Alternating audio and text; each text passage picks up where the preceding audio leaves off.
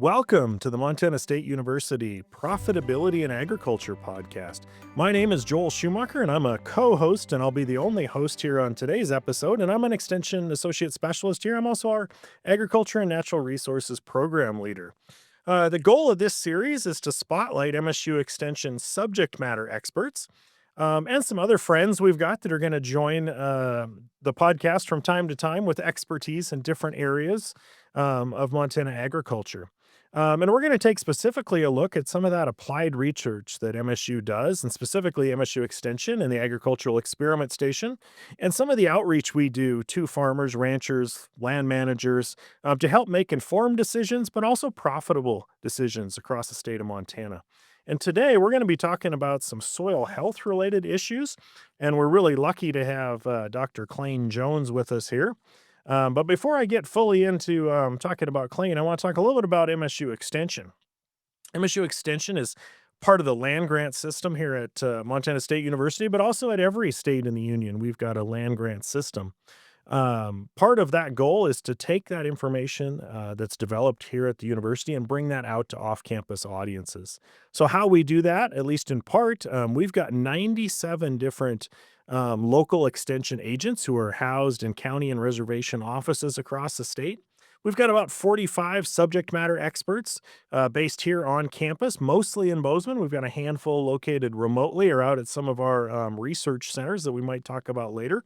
And then the goal of a lot of those folks is either to serve the folks in their local area, maybe a county or reservation, or for our campus-based folks to, reach out on a statewide basis and provide some support to that local faculty so they can address those local needs.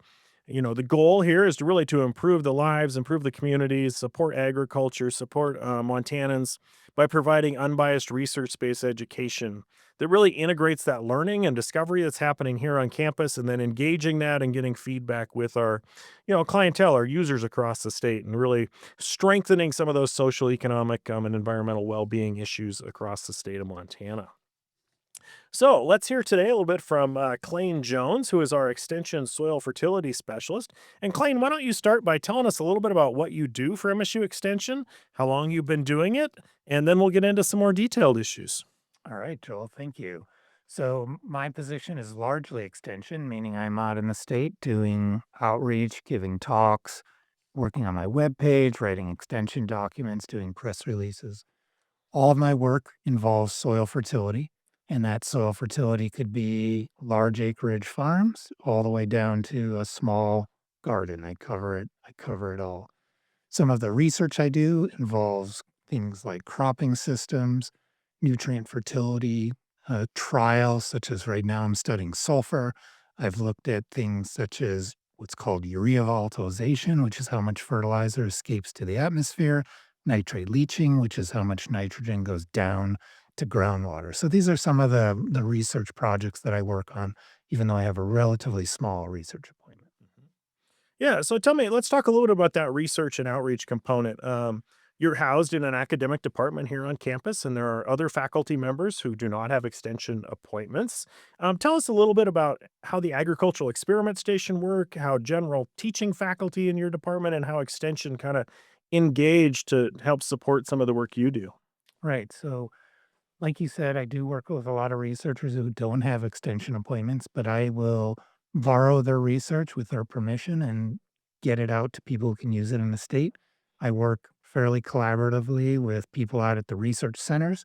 Some of those faculty and I have very similar interests, so I might work on the research center to conduct some of my studies. They might have questions or work closer here to home in Bozeman.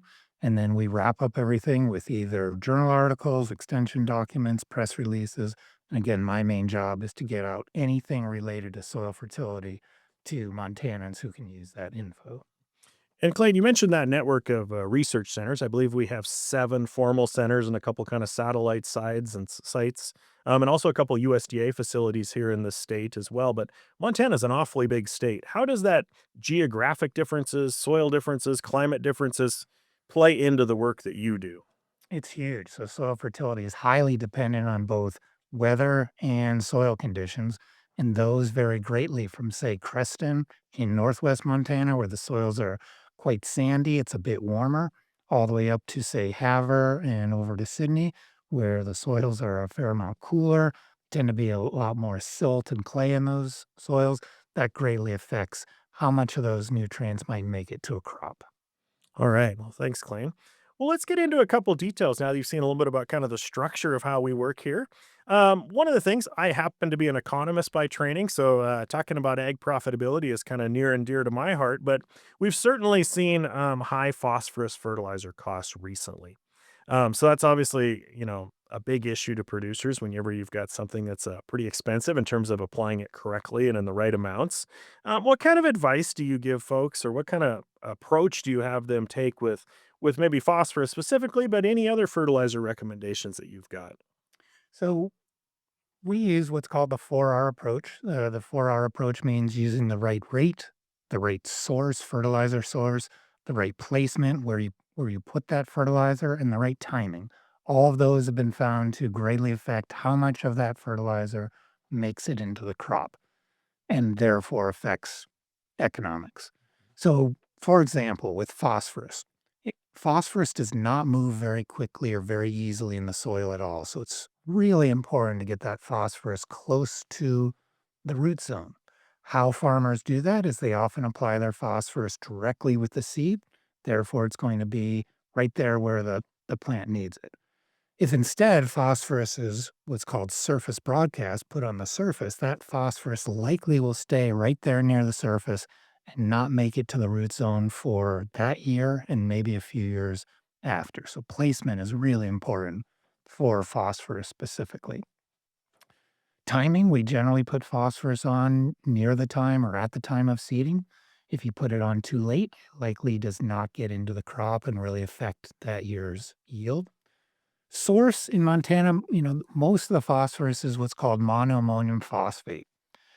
Farmers would know this as 11-52-0, which means it's 11% nitrogen, 52% phosphorus, and no potassium. So there's not a lot of options here in the state. There are a few liquid products out there, but in general, it looks like regardless of the form of phosphorus that's applied, the amount that the crop takes up is relatively the same. Rate, the way we determine how much phosphorus to apply in terms of pounds per acre, is we do a soil test. The recommended soil test in Montana is called the Olson phosphorus test. Interestingly, the extractant used for Olson phosphorus is just baking soda, sodium bicarbonate. It works really good at extracting phosphorus, about the same amount of phosphorus that the crop would take up. So it's very important to test for phosphorus and then use a table from MSU to determine how much phosphorus to add based on those soil tests. All right. And on those soil tests, I mean, are most, say, small grains producers doing samples of every field every year? Is this something you do periodically, or do you multiple times during the year? What kind of program do you recommend for testing? So my recommendation is to test every year. For something like nitrogen that can change dramatically, like after a drought, we tend to have very high levels of nitrogen because the crop hasn't taken much up. After a very wet period, often nitrogen levels will be low. It's hard to guess what those would be. And so, at least for nitrogen, I recommend every year. Nutrients like phosphorus and potassium that don't swing as wildly as nitrogen, people might get away with testing for those maybe every 3 to 5 years. Look for trends. Start if those levels start going down, fertilize a little bit more. If they are a little bit swingy, if they do go up and down, then maybe they do need to be tested a little more often. And that soil test that you're going to draw is going to get you both of those results. And I'm Yeah, assuming some other things as well, kind of a comprehensive. exactly. Like so, when a producer or a producer's crop advisor takes a soil sample, often in Montana they take the top 6 inches and then they take the next 18 inches to get them all the way down to 24 inches. Those surface soils are often analyzed for pH, soil organic matter, sometimes salts, and then nitrogen, phosphorus, potassium, sometimes sulfur, and sometimes the micronutrients, which include nutrients like iron and zinc. Those deeper soils often are only analyzed for nitrogen, chloride, and sometimes sulfur. These are nutrients we consider to be mobile in the soil, so they have a good chance of leaving the surface and making it further down, where those other nutrients tend to stick near the soil surface. Yeah, and that was that leaching you were talking about a little earlier as well. Yeah, so what leaching means is basically it generally refers to nitrate. Nitrate is a harmful nutrient if we drink it, and especially if pregnant women drink it or infants drink it. So we definitely want to keep nitrate out of the groundwater for health reasons, but also for economic reasons, because that nitrogen that's in the groundwater is not in your crop. And that's why we like to minimize nitrate leaching. Yeah, and do we also see, nutrients that may get washed into, like, a stream or a river as well during rain events? Sure, definitely. So those nutrients, if there's a fair amount of erosion or runoff from a field, they will definitely end up in surface water, and then in surface water, they can cause a condition called eutrophication, which means too much algae growth. So that's something we'd like to avoid too, again, for environmental reasons and for economic reasons. And we've seen some algae, like, blooms, right, in some of our at least western Montana rivers here in the late summer. Correct. Yep. And some of the blooms are, mainly, I would say, an aesthetic issue, but then there's something called HABs, which stands for harmful algal blooms. They can actually be toxic and every year tend to kill dogs and sometimes livestock. So it's a particular type of algae that's very toxic to mammals, and we'd like to keep nutrients out of our surface water so that doesn't happen. Alright. So it sounds like we have some environmental reasons for making sure we don't have too much, but also, some economic issues of, you don't wanna be paying to, put your fertilizer in the either deep groundwater or, onto surface water. Exactly. Alright, well, I've heard also about soil acidification, mostly in cropland environments. Can you tell us a little bit more about how that's a big issue in Montana or how big an issue and where it might be? Sure. So historically, soil pH in Montana was what's considered near neutral, somewhere around pH 7 or 8. This is a pH where crops grow quite well. Over time, with nitrogen fertilization, those pHs tend to drop. And we've had soil pHs in the state as low as about 4 in certain pockets of field. At 4, essentially nothing will grow. And so this is a major impact to Montana agriculture. We estimate there's somewhere around maybe 500,000 acres of acidified soil in Montana cropland. That's a lot of acres and that's a lot of yield loss. So some of the things that producers are trying is they're liming. So lime will drive up the pH. Okay. The unfortunate thing with lime is it's fairly expensive. It's expensive to haul and it's expensive to apply.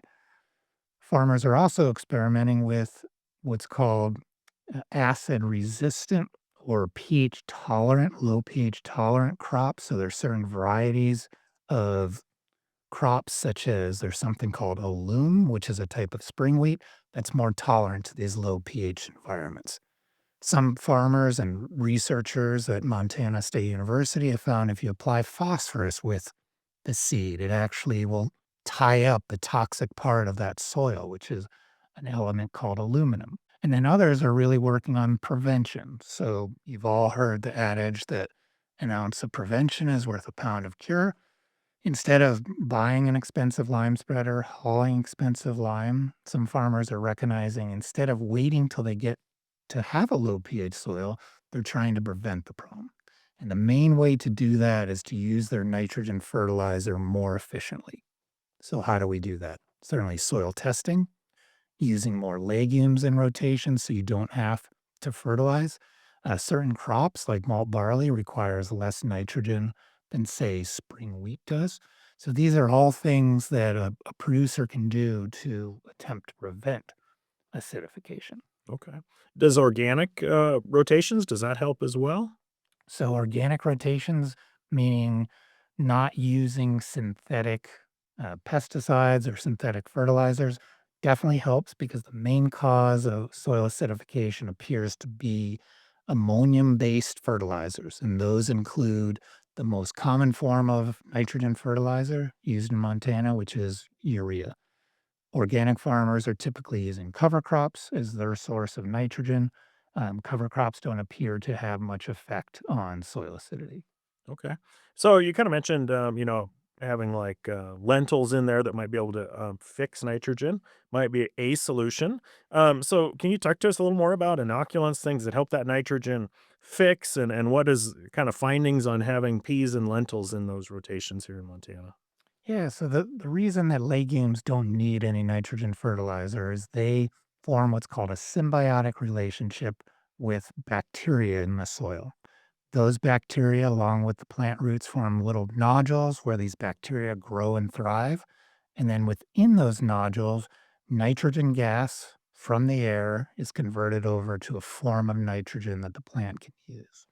So this is a great process that allows a farmer to plant a crop that doesn't require any nitrogen fertilizer. So you're right, pulse crops such as lentil, chickpea, and pea don't need any nitrogen. Alfalfa and sandflane are perennial crops that don't need any nitrogen.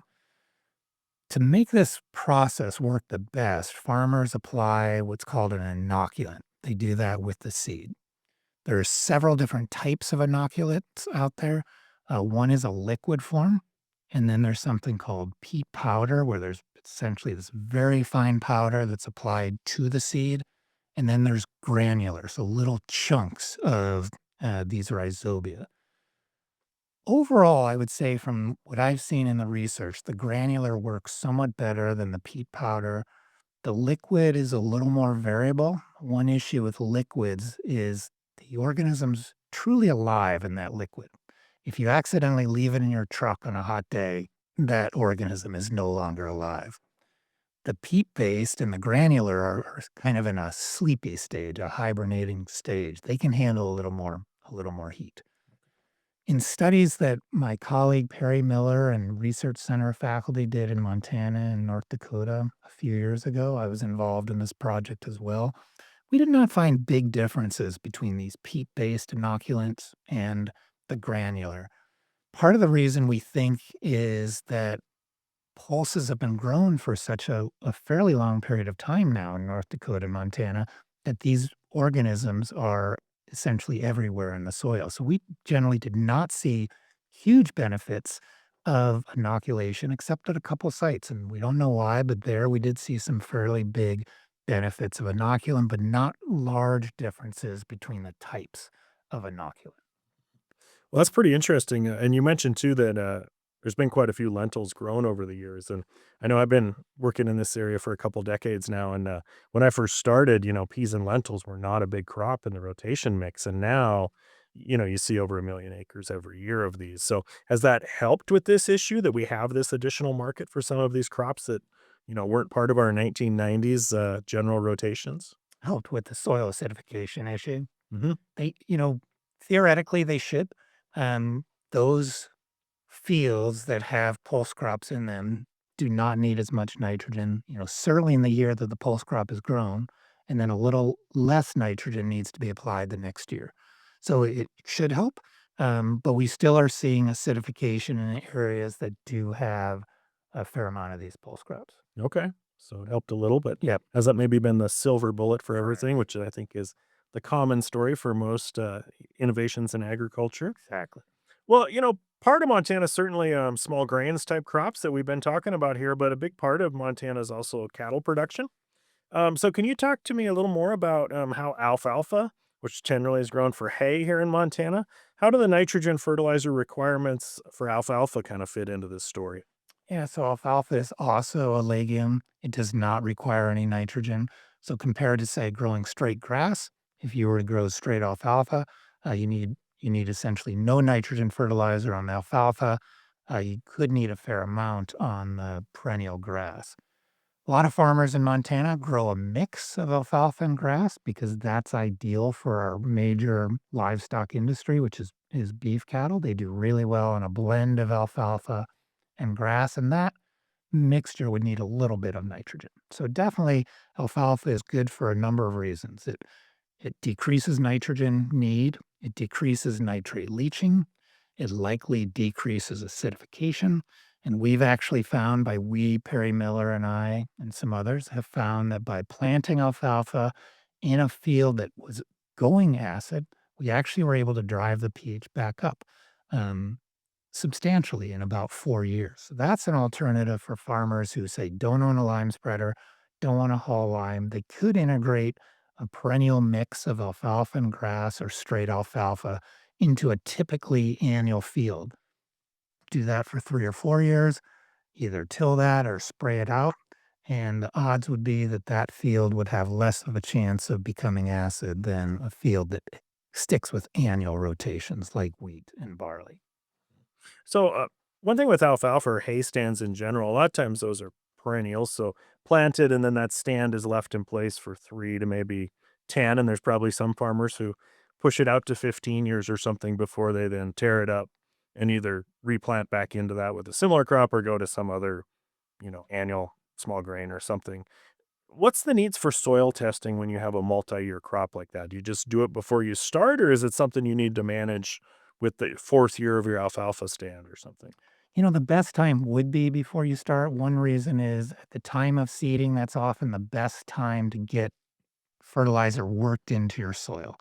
So once that alfalfa crop is established, it's almost impossible to, say, till in even a few inches any sort of fertilizer. Because as I mentioned, phosphorus, for example, does not move very quickly in the soil.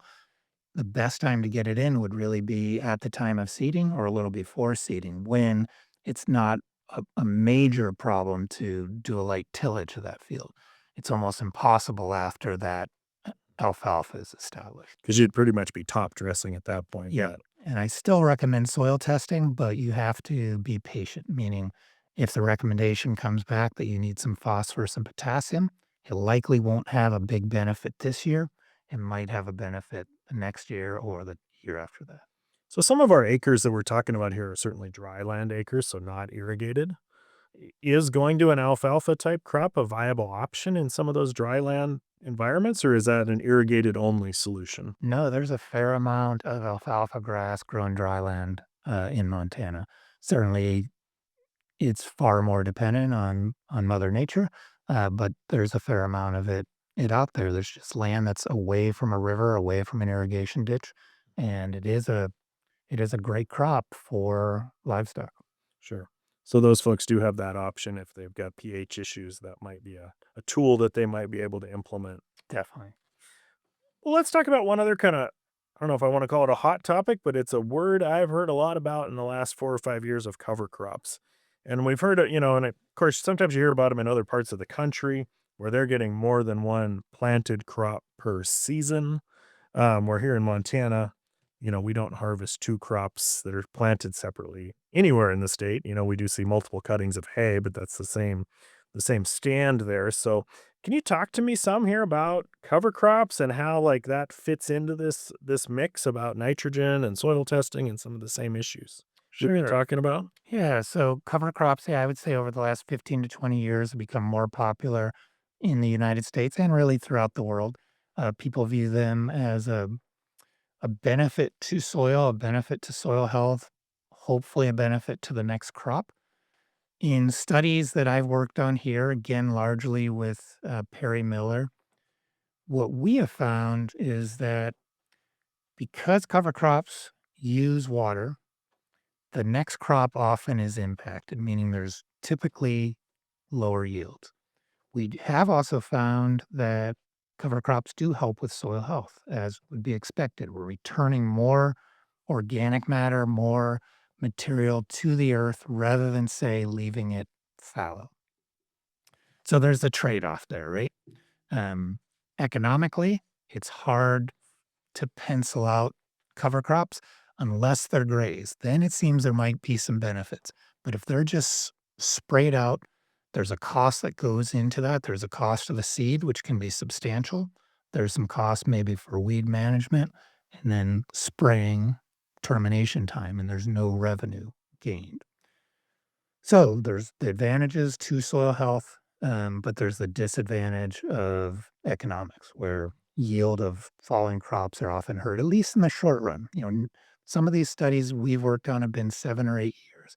We don't know if, say, in 30 years, there's a trade off. There's a point where, okay, now there's a benefit of cover crops. The soil has improved so much that we are actually increasing yield. But we just We just haven't gotten there. It's hard to do those super long-term studies. And is that consistent with what we're hearing, say, out of the Midwest or some of the places farther south? Right. So that's a great question. So in the Midwest, where crop yields are less dependent on rainfall as they are here, you can plant a cover crop, and the next crop often will not do very much different than if you didn't have the cover crop there. So they are seeing larger benefits in wetter areas than we are here in a semi arid region. One of the things I'm always cautious about over the years is I'll read about a success story of somebody implementing a new technique, but it might be in Georgia or Iowa or Louisiana. And whether that's applicable here in Montana oftentimes isn't a given. So I think the Montana Agricultural Experiment Station, which is kind of a sister agency to Extension that focuses on local needs, but more on the research side, and then Extension focuses a little more on kind of delivering that really has a key role in helping our ag community by taking some of those things and locally testing them here in Montana and seeing if they work and, getting feedback from producers who have actually implemented them to see if that's a viable option. So kind of moving on from cover crops here, if you had a producer that, wanted to know what the appropriate nitrogen rate on wheat or barley that might optimize their profit, what would you tell them? Where would you start them for information on that process?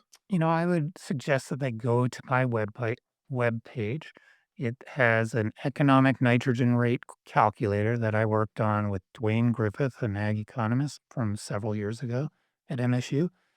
We used 2 to 3 decades worth of research that was collected by predecessors of mine, some of them at the research centers, and we came up with a model for both yield and protein for wheat and for barley following fallow. And then we put that into essentially an economic calculation. And what we developed was a very simple to use web page.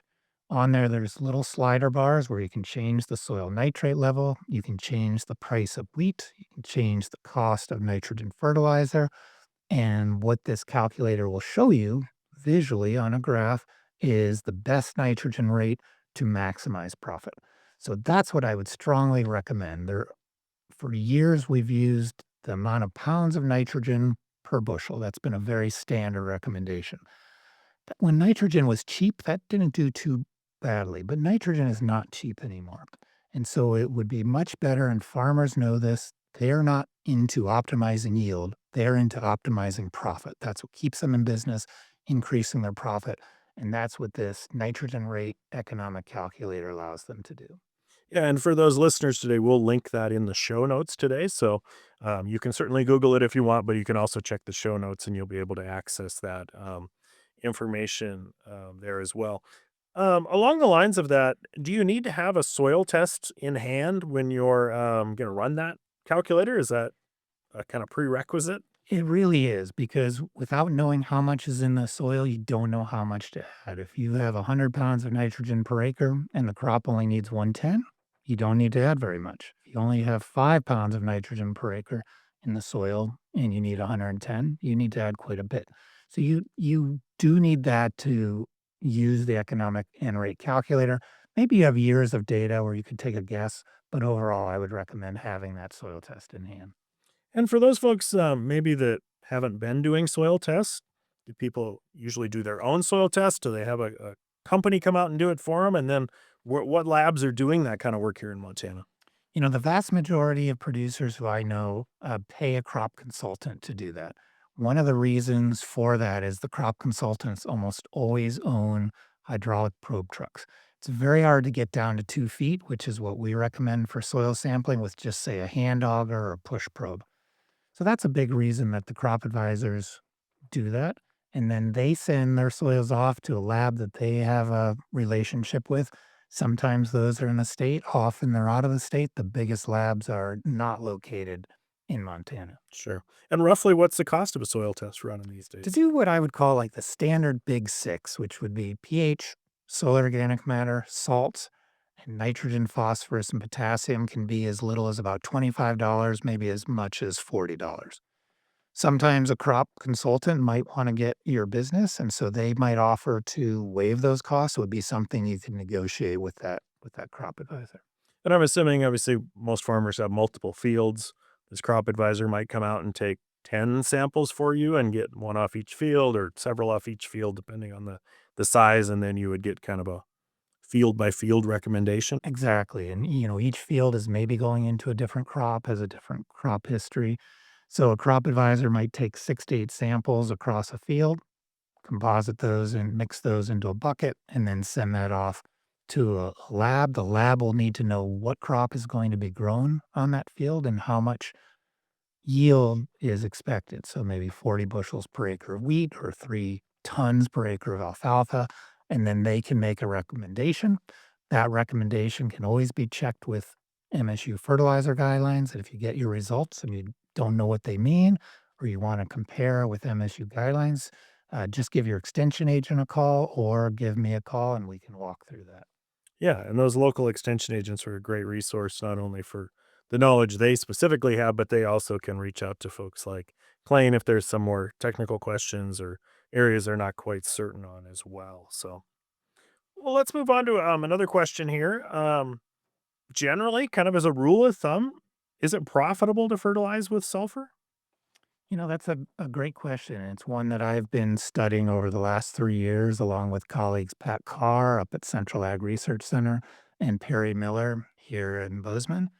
And what we have found is some pretty impressive fertilizer responses, meaning we've grown as much as 7 times the amount of canola with sulfur than without, and that was up in Moccasin where the soils are shallow. A lot of that sulfur has leached below that rock, but still, in general, we have found between about 50 to a little more than $100 per acre profit by fertilizing sulfur-deficient soils with sulfur.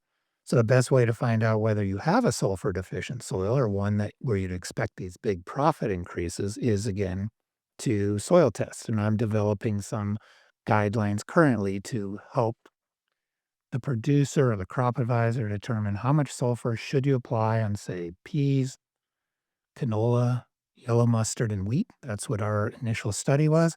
And I hope to expand that to other crops this coming year. All of this work has been funded by the Montana Fertilizer Checkoff, which is a tax on fertilizer where the majority of that money goes into a research pool. That pool of money from the fertilizer tax is available for researchers at MSU to do research. A lot of times these research grants aren't super large, but they give us enough research data that then we can often apply for larger grants. Yeah, and a lot of those dollars then are kind of rewarding the people that originally purchased that fertilizer by having some local data and expertise that then they can utilize in their day to day business. Exactly. Yeah, I see how that's a good partnership for everyone there. So, one thing that I guess I was thinking about a little bit earlier about availability of the sulfur. If you do over apply, is that sulfur going to remain in the soil? Is it available for next year's crop, or is it a multi-year type thought process when you're applying this? Yeah, so sulfur is somewhat similar to nitrate in that it can leach. A lot of our soils here in Montana are fairly deep, 6, 7 feet of beautiful silt loam or clay loam, where it's unlikely that that sulfur will leach out the bottom. But on these more shallow soils, like in central Montana, it certainly can. There are different forms of sulfur fertilizer, though, and some are more slow release fertilizers. Some can be coated, there's something called elemental sulfur that needs to be broken down by microbes, and that might take 1 year to maybe up to 3 years. So there are ways to apply sulfur where there's less risk of that sulfur leaching out of the bottom of the soil. And does that also mean you might save on some application costs if you're sort of applying 2 years at once and it'll just be available in the soil then in the future years? Yeah, definitely. Something like elemental sulfur is a little bit cheaper per pound of sulfur, and it's going to last a little bit longer, but it's not readily available like sulfate. So there's other fertilizer products that actually have a mix of sulfate and elemental sulfur, and so those are probably a really good idea. In that some's immediately available for this year's crop, some still around for the following year crop. You're doing several years kind of at once there. Well, Clayton, as we're kind of wrapping up here today, what are kind of some key takeaways that you'd like folks in Montana to know about fertilizer and ag profitability? With fertilizer likely representing the biggest input cost for many producers, I think it's really important, and producers know this, to use that fertilizer efficiently.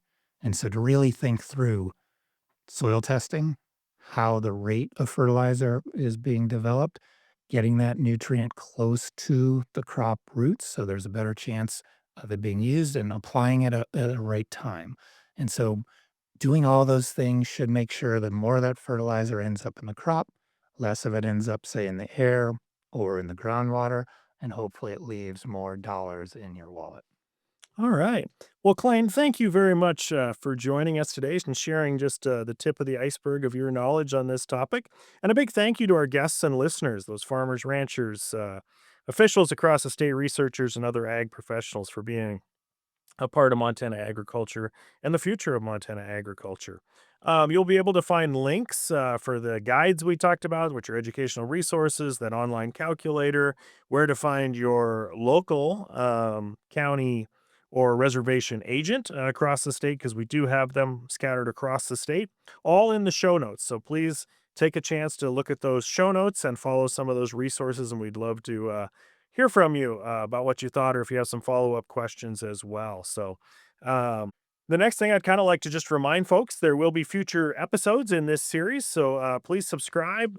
Please bookmark the site if you're watching it that way. There's a number of different ways you could be listening to this podcast today. So please mark your notes there and watch for future episodes that are upcoming. So I'm Joel Schumacher, again, the Ag Program Leader for Montana State University Extension. And thank you all for joining us today.